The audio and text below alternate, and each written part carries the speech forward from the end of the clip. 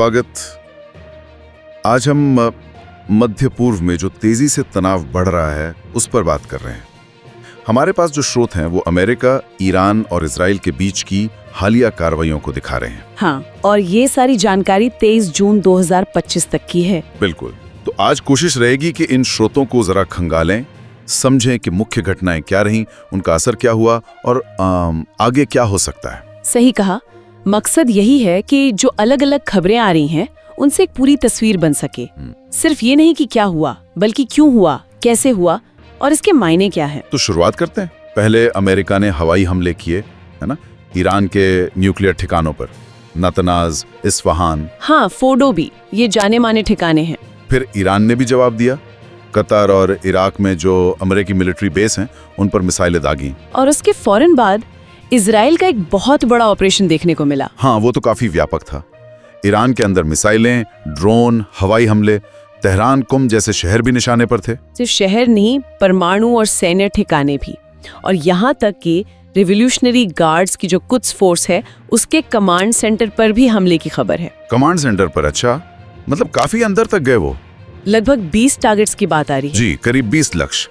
और ध्यान देने वाली बात यह है कि ये सब कितनी तेजी से हुआ, एक के बाद एक कदम। तनाव एकदम से बहुत ज्यादा बढ़ गया। लगता है कोई प्लान था इसके पीछे। इतनी तेजी, क्या इसमें कोई खास तकनीक या रणनीति की बात सामने आई है इन स्रोतों में? हाँ, ये दिलचस्प है। स्रोत बता रहे हैं कि इजराइल की जो खुफिया एजेंसी है मोसाद, उसने ईरान के अंदर घुसपैठ करके ड्रोन हमले किए हैं। ड्रोन हमले अंदर? हाँ, ऐसा लगता है कि इनका मकसद मिसाइल लॉन्चरों को पहले ही बेकार करना था, ताकि ईरान जवाबी हमला न कर सके या कम कर सके। ड्रोन का इस्तेमाल शायद सटीकता के लिए या फिर मतलब सीधे तौर पर हाथ होने से इनकार करने की गुंजाइश रखने के लिए किया गया हो। समझ गया। खुफिया और तकनीकी बढ़त का इस्तेमाल। दूसरी तरफ ईरान ने भी कुछ दिखाया।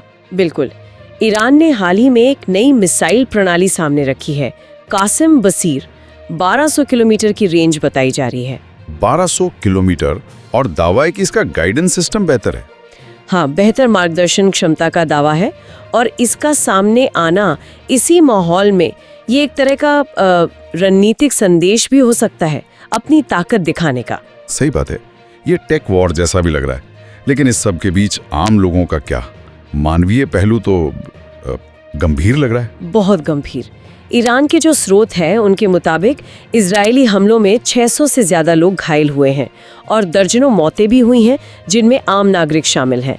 ये आंकड़े वाकई चिंताजनक हैं। 600 से ज्यादा घायल, और दूसरी तरफ इजराइल में वहां भी ईरानी मिसाइल हमलों से कम 30 लोगों के घायल होने की खबर है। और एक खास बात ये कि बेरशेबा में सोरोका अस्पताल को निशाना बनाया गया। अस्पताल को? हाँ, अस्पताल पर हमला। इससे न सिर्फ नुकसान हुआ बल्कि एक और खतरा पैदा हो गया, केमिकल लीक का, रासायनिक रिसाव का।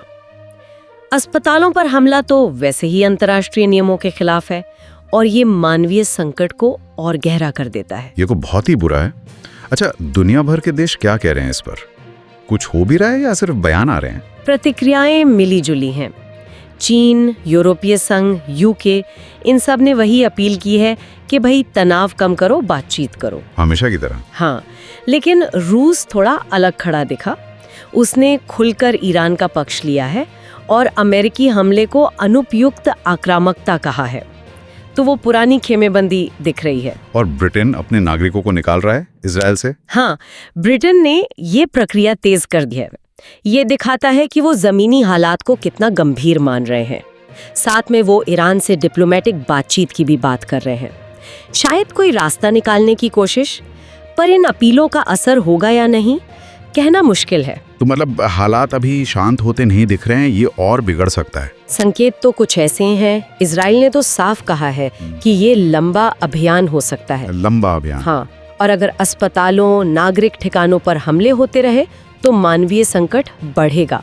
लोग घर छोड़ेंगे, स्वास्थ्य सेवाओं पर जबरदस्त दबाव पड़ेगा। और बड़े लेवल पर देखें तो अगर ये संघर्ष फैलता है तो फिर यूएन जैसी संस्थाओं पर दबाव बढ़ेगा कि कुछ करें। अमेरिका का रोल और भी अहम हो जाएगा।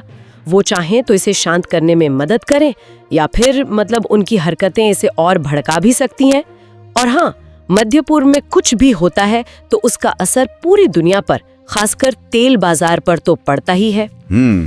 तो कुल मिलाकर आज हमने इन स्रोतों से ये समझा कि कैसे अमेरिका, ईरान और इजराइल के हालिया एक्शन ने मध्य पूर्व को एक और खतरनाक मोड़ पर ला दिया है। हमने मुख्य हमलों को देखा, मोसाद के ड्रोन ऑपरेशन और ईरान की नई मिसाइल जैसी रणनीतियों को समझा और इसके भयानक मानवीय नतीजों और दुनिया की बटी हुई प्रतिक्रियाओं पर भी गौर किया। इस पर सोचना होगा।